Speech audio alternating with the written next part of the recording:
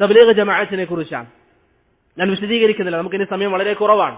തബ്ലീഗ് ജമാഅത്തിനെ സംബന്ധിച്ചിടത്തോളം ഇതുപോലെ വലാലത്തിന്റെ മാർഗത്തിലുള്ള ഒരു ജമാഅത്താണ് എന്നതിൽ ഒരു തർക്കവുമില്ല. അതുണ്ടാക്കിയത് ആരാണ്?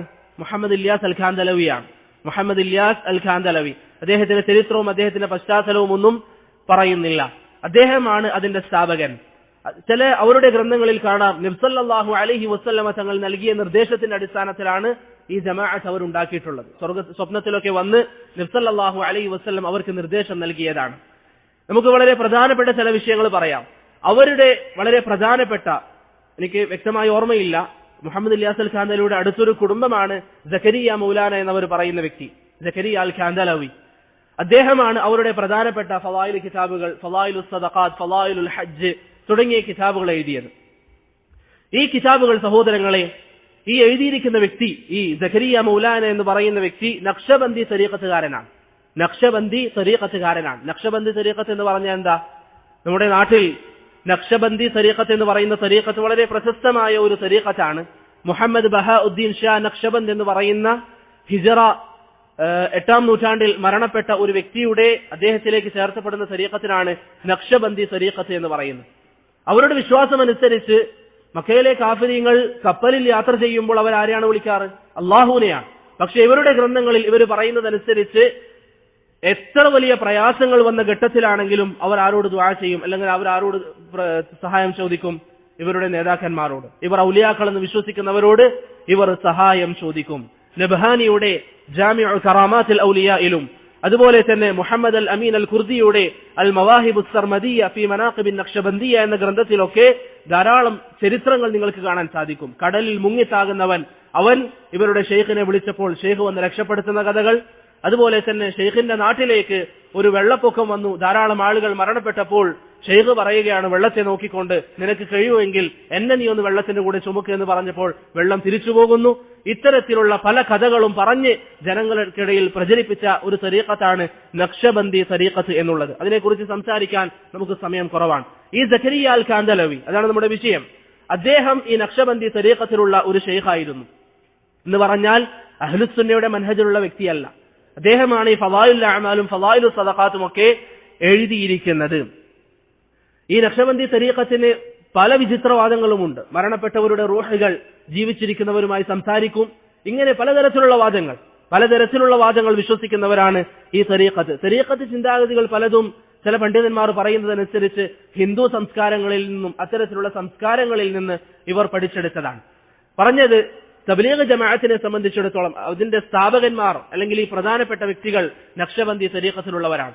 അവരെല്ലാവരും ഈ രൂപത്തിലുള്ള തരീഖത്തുകൾ അംഗീകരിക്കുന്നവരാണ്. നമ്മുടെ നാട്ടിൽ പ്രധാനമായും ഉള്ളത് ഏതൊക്കെയാണ്? 4 തരീഖത്തുകളാണ്: നഖ്ശബന്ദിയ, ചിശ്തിയ, സുഹ്റവർദിയ, ഖാദിരിയ. ഈ 4 തരീഖത്തുകളെ അംഗീകരിക്കുന്നവരാണ് നഖ്ശബന്ദി തരീഖത്തിന്റെ ആളുകൾ. അവരുടെ പ്രധാന അവലംബം എന്താണ്? ഫളായിലുൽ അഅമാൽ, ഫളായിലുൽ ഹജ്ജ് പോലുള്ള ഗ്രന്ഥങ്ങളാണ്. ഈ ഫളായിലുൽ ഹജ്ജിൽ അതിന്റെ മലയാളം ഇറങ്ങിയിട്ടുണ്ട്. ആ ഫളായിലുൽ ഹജ്ജിൽ നബി സല്ലല്ലാഹു അലൈഹി വസല്ലമയുടെ ഖബർ സിയാറത്തുമായി ബന്ധപ്പെട്ട് 60 മര്യാദകൾ പറയുന്നുണ്ട്. അത് മൗദൂആയ ഹദീസുകളുടെ ഒരു സമാഹാരമാണ്. മൗദൂആയ ഹദീസുകൾ ധാരാളം അതിലുണ്ട്. അത് മാറ്റി നിർത്തിയാൽ തന്നെ അതിൽ ഇവർ സ്ഥാപിക്കുന്ന ആശയങ്ങളിൽ പെട്ടതാണ് നബി സല്ലല്ലാഹു അലൈഹി വസല്ലമ തങ്ങളുടെ ഖബറിന്റെ അരികിലേക്ക് വന്നാൽ പ്രവാചകനോട് എന്ത് ചോദിക്കണം? അസ്അലുക ശഫാഅ, പ്രവാചകരെ ഞാൻ താങ്കളോട് ശഫാഅത്ത് ചോദിക്കുന്നു. ഇത് ഉലൂഹിയത്തിലുള്ള ശിർക്കല്ലേ? ഇത് ഉലൂഹിയത്തിലുള്ള ശിർക്കാണ്. മരണപ്പെട്ട പ്രവാചകനോട് നേരിട്ട് ചോദിക്കാൻ ഫളായിലുൽ ഹജ്ജിൽ സക്കരിയ അൽ ഖാൻദലവി പഠിപ്പിക്കുന്നുണ്ട്. ഇതാണ് തബ്ലീഗ് ജമാഅത്തിന്റെ പ്രധാനപ്പെട്ട ഗ്രന്ഥങ്ങൾ.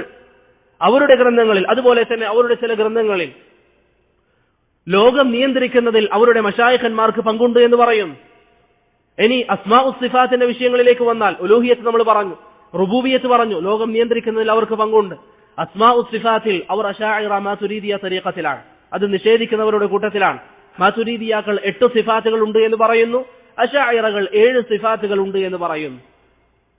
അതല്ലാതെ നോക്കിയാൽ തബ്ലീഗ് ജമാഅത്തിനെ സംബന്ധിച്ചിടത്തോളം അവർ ഈ രൂപത്തിൽ വളരെ മോശമായ സമസ്ത വിഭാഗം വിശ്വസിക്കുന്ന ആശയം എന്താണോ, അശാഇറ മാതുരീദിയയുടെ ആശയം എന്താണോ, അത് അംഗീകരിക്കുന്ന തരീഖത്തുകൾ അംഗീകരിക്കുന്ന വിഭാഗത്തിൽപ്പെട്ടവരാണ് തബ്ലീഗ് ജമാഅത്തിന്റെ ആളുകൾ. ഇപ്പൊ നമ്മുടെ നാട്ടിൽ കേരളത്തിൽ ഇവരുടെ നേതാവാരായിരുന്നു? മൂസ മൗലാനയായിരുന്നു.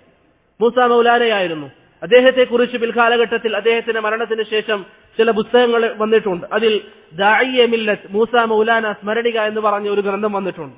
അതിൽ ഹാജി അബ്ദുർ റസാഖ് എന്ന് പറയുന്ന ഒരു വ്യക്തി അദ്ദേഹത്തെക്കുറിച്ച് എഴുതുമ്പോൾ എന്റെ ഓർമ്മയിൽ മുൽഹിദായ ഇബ്നു അറബിയുടെ ഒരു വാക്കുദ്ധരിച്ച ശേഷം, അഥവാ നമ്മുടെ ശൈഖന്മാർക്ക് എങ്ങനെയാണ് ഖിദ്മത്ത് ചെയ്യേണ്ടത് തുടങ്ങിയ കാര്യങ്ങളൊക്കെ പറയുമ്പോൾ പറയുന്നു, അവരുടെ മുമ്പിൽ നമ്മൾ മയ്യത്തിനെ പോലെ നിൽക്കണം, അവർ ഇരിക്കാൻ പറഞ്ഞാൽ ഇരിക്കണം, അവർ നിൽക്കാൻ പറഞ്ഞാൽ നിൽക്കണം. അങ്ങനെ കാമിലായ ശൈഖന്മാരുടെ മുമ്പിൽ നമ്മൾ സമയം ചെലവഴിക്കണം. അതിന്റെ ആശയം ഇവർ അവസാനം പറയുന്നു, അങ്ങനെയുള്ള കാമിലായ ശൈഖാണ് മൂസ മൗലാന. അവരിരിക്കാൻ പറഞ്ഞാൽ ഇരിക്കുക, അവർ നിൽക്കാൻ പറഞ്ഞാൽ നിൽക്കുക. അതിന്റെ അർത്ഥം എന്താ? അത്താഅത്തുൽ മുത്ലഖ, നിരുപാധികമായ അനുസരണം. അത് ആർക്ക് മാത്രമേ ഉള്ളൂ? അല്ലാഹുവിനും റസൂലിനും മാത്രം. അബൂബക്കറിന് പോലും നൽകാൻ പാടില്ല റളിയല്ലാഹു അൻഹു.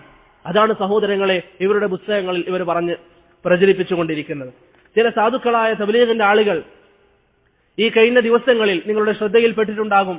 ചില സാധുക്കളായ ചില തബ്ലീഗിന്റെ ആളുകൾ ചില പരിപാടികളൊക്കെ നടത്തി അവരുടെ സംസാരങ്ങളിൽ എന്ത് പറയുന്നുണ്ട്? നമ്മെ സലഫികൾ വിമർശിക്കുമ്പോൾ പറയുന്നു, നമ്മുടെ ഗ്രന്ഥങ്ങളിൽ ഇത്തരത്തിലുള്ള പ്രശ്നങ്ങളുണ്ട്, നമ്മുടെ ഉസ്താദുമാർ പറഞ്ഞിരിക്കുന്ന വാക്യങ്ങളിൽ ഇത്തരത്തിലുള്ള പ്രശ്നങ്ങളുണ്ട് എന്ന് ചില സലഫികൾ ഇവിടെ പറഞ്ഞ് പ്രചരിപ്പിക്കുന്നുണ്ട്. എന്നാൽ അവരോട് നമുക്ക് പറയാനുള്ളത്, നിങ്ങളുടെ ഉസ്താദുമാർ എഴുതിയതിലും ഇങ്ങനെ പ്രശ്നങ്ങളുണ്ട് എന്ന് ചില സാധുക്കളായ തബ്ലീഗുകാർ ഇന്ന് പറഞ്ഞു നടക്കുന്നുണ്ട്.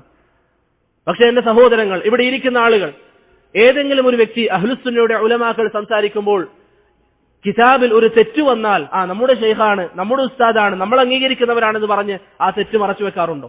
ഇബ്നു തൈമിയ്യ റഹിമഹുല്ലാഹ് ഒരു തെറ്റ് വന്നാൽ അത് തെറ്റാണെന്ന് പറയാറില്ലേ? ഇബ്നു തൈമിയ്യയുടെ തെറ്റുകൾ അത് തെറ്റാണെന്ന് പറയാറുണ്ട്. ഇമാം അഹ്മദിന്റെ തെറ്റ് പറ്റിയാൽ അത് തെറ്റാണെന്ന് പറയാറുണ്ട്. എന്നാൽ ഇവരെ സംബന്ധിച്ചിടത്തോളം ഇവിടെ എവിടെയാണ് അത്തരത്തിൽ വിശദീകരിക്കുന്നത്? ഇവരുടെ ഉസ്താദുമാര് പഠിപ്പിക്കുന്ന ഈ ആശയങ്ങൾ ഫളായിലുൽ അഅമാലും ഫളായിലുൽ ഹജ്ജിലും ഒക്കെയുള്ള ഈ ബിദ്അത്തിന്റെയും ഖുറാഫാത്തിന്റെയും ഷിർക്കിന്റെയും ആശയങ്ങൾ അതെവിടെയാണ് ഇവർ നിഷേധിച്ചുകൊണ്ട് സംസാരിച്ചിട്ടുള്ളത്? എപ്പോഴെങ്കിലും നിങ്ങൾ ഒരു തബ്ലീഗ് ജമാഅത്തിന്റെ ആൾ വന്നിട്ട് ഫളായിലുൽ ഹജ്ജിൽ ഇങ്ങനെ പ്രവാചകരോട് ഷിർക്ക് അല്ലെങ്കിൽ പ്രവാചകരോട് നേരിട്ടുള്ള സഹായത്തേട്ടമുണ്ട്, അത് ഷിർക്കാണ്, ഖുർആനിനെതിരാണെന്ന് പറഞ്ഞ് സംസാരിക്കുന്നത് കണ്ടിട്ടുണ്ടോ? നേരെ മറിച്ച് ഷെയ്ഖുൽ ഇസ്ലാമിന് ഇന്ന വിഷയത്തിൽ തെറ്റുപറ്റിയിട്ടുണ്ട്, അദ്ദേഹത്തിന്റെ അഭിപ്രായം ശരിയല്ല എന്ന് ഉലമാക്കൾ പറയാറുണ്ട്. ഇമാം അഹ്മദ് ഈ വിഷയത്തിൽ സംസാരിച്ചത് ആ മസ്അല തെറ്റാണ് എന്ന് പറയാറുണ്ട്. ഇബ്നു ബാസ് റഹിമഹുള്ളയെ കുറിച്ച്, നമ്മുടെ സമീപകാലം ജീവിച്ച ഇബ്നു ബാസിനെ കുറിച്ച് സംസാരിച്ചിട്ടുണ്ട്. ഷെയ്ഖ് ഇബ്നു ഉസൈമിന്റെ തെറ്റുകൾ ഷെയ്ഖ് അൽബാനി എതിർത്തിട്ടുണ്ട്.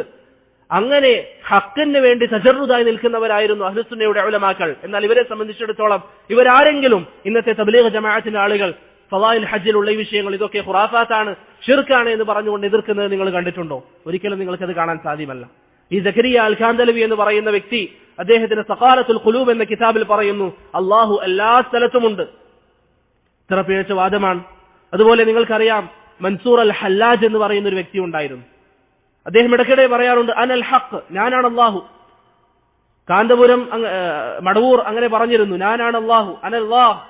അതിനെപ്പറ്റി ചോദിക്കപ്പെട്ടപ്പോൾ പറഞ്ഞത്ര ഹികായതൻ അനില്ലാ, ഞാൻ അല്ലാഹുവിനെ തൊട്ട് ഉദ്ധരിക്കുകയാണ്. നൗഷാദ് അഹ്സനി കുരുവട്ടൂർ തരീഖത്തിന്റെ നേതാവ് ഇത് പറഞ്ഞു നടക്കുന്നുണ്ട്. മൻസൂർ അൽ ഹല്ലാജിന്റെ ഈ വാക്ക് അത് ശരിയായിരുന്നു, അതിൽ പ്രശ്നമില്ല എന്ന് പറഞ്ഞ് ആ വാദം ശരിയാണെന്ന് പറഞ്ഞ വ്യക്തിയാണ് സക്കരിയ അൽ ഖാന്തലവി. സക്കരിയ അൽ ഖാന്തലവി പറയുന്നു, ഖൗലുൽ ഹല്ലാജ്, ഹല്ലാജ് പറഞ്ഞ വാക്ക് അനൽ ഹഖ്, ഞാനാണ് സത്യം എന്ന് പറഞ്ഞ വാക്ക്, ഖൗലുഹു സിദ്ഖുൻ വഹഖുൻ, അവർ പറഞ്ഞത് സത്യമാണ്, ഹല്ലാജ് പറഞ്ഞത് സത്യമാണ്. വലാകിൻ മാ കാന യൻബഗി ലഹു അൽ ജഹ്റു ബി, അത് തുറന്നു പറയേണ്ടിയിരുന്നില്ല, പക്ഷെ പറഞ്ഞത് സത്യമാണ്. ഹല്ലാജ് കാഫിറാണെന്ന് പണ്ഡിതന്മാർ വിധി വെച്ചിട്ടുണ്ട്. ഞാനാണ് അല്ലാഹു എന്ന് വാദിച്ചു. ആ വാദം അംഗീകരിച്ച വ്യക്തിയാണ് തബ്ലീഗ് ജമാഅത്തിന്റെ ഈ പുസ്തകങ്ങൾ എഴുതിയിരിക്കുന്ന ഫളായിലുൽ ഹജ്ജും ഫളായിലുൽ അഅമാലൊക്കെ എഴുതിയിരിക്കുന്ന സക്കരിയ ഖാന്തലവി. എന്നിട്ട് ചില തബ്ലീഗുകാർ ഇന്ന് വന്ന് പറയുന്നു, സലഫികൾ അംഗീകരിക്കുന്ന ഉലമാക്കളുടെ പുസ്തകത്തിൽ അവരുടെ ഉലമാക്കൾ എഴുതിയതിൽ പിഴവുണ്ട്. ഇങ്ങനെയുള്ള പിഴവുകളില്ല എന്നത് 100% ഉറപ്പാണ്. ഇനിയുള്ള പിഴവുകൾ എന്താണെങ്കിൽ അത് അഹ്ലുസുന്നയുടെ ഉലമാക്കൾ വിശദീകരിച്ചിട്ടുണ്ട്. ഇബ്നുൽ ഖയ്യിമിന്റെ മദാരിജുസ് സാലിക്കിനുള്ള പ്രശ്നങ്ങൾ ഇന്നതാണ് പണ്ഡിതന്മാർ പറഞ്ഞിട്ടുണ്ട്, ഉലമാക്കൾ വിശദീകരിച്ചിട്ടുണ്ട്. അതല്ലാതെ നമ്മുടെ ആളുകളാണെന്ന് കരുതി മിണ്ടാതിരിക്കുന്ന സ്വഭാവം അഹ്ലുസുന്നക്കില്ല. ഞാൻ നേരത്തെ പറഞ്ഞല്ലോ, നമുക്ക് സമയം കുറവാണ്. ഇനി ആർക്കെങ്കിലും കൂടുതൽ കാര്യങ്ങൾ അറിയണമെങ്കിൽ, തബ്ലീഗുകാരെ കുറിച്ച് കൂടുതൽ അറിയണമെങ്കിൽ, സയ്യിദ് താലിബുർ റഹ്മാൻ ഹഫിളഹുല്ലാ അദ്ദേഹം അവരുടെ വിഷയത്തിൽ എഴുതിയിരിക്കുന്ന ഒരു ഗ്രന്ഥമുണ്ട്, ജമാഅത്തു തബ്ലീഗിന്റെ അഖീദയുമായി ബന്ധപ്പെട്ട്. അദ്ദേഹം ഇന്ത്യയിലെ പണ്ഡിതനാണ്, ഇന്ത്യ പാകിസ്ഥാനിലുള്ള പണ്ഡിതനാണ്. അദ്ദേഹം അവരുടെ അഖീദ വിശദീകരിച്ചുകൊണ്ട് അവരുടെ ഗ്രന്ഥങ്ങളിൽ എഴുതിയിരിക്കുന്നത് നിങ്ങൾക്ക് വായിക്കാം. നിങ്ങൾക്ക് കൂടുതൽ തെളിവുകൾ അതിൽ കണ്ടെത്താൻ സാധിക്കുന്നതാണ്. അതുകൊണ്ട് സഹോദരങ്ങളെ, ഇതാണ് തബ്ലീഗ് ജമാഅത്തിന്റെ ആശയം. ഇനി പ്രധാനമായി ബാക്കിയുള്ള ഒരു സംഘം, ഞാനിതൊക്കെ പറയുന്നത് എന്തിനാണ്? സലഫി മൻഹജിന്റെ ഫضല് നിങ്ങൾ മനസ്സിലാക്കണം. നമ്മുടെ നാട്ടിലുള്ള സൂഫികൾ, അതുപോലെയുള്ള വ്യത്യസ്തമായ ആളുകൾ, അവർ എത്രമാത്രം വലാലത്തിലാണെന്ന് നിങ്ങൾ മനസ്സിലാക്കണം.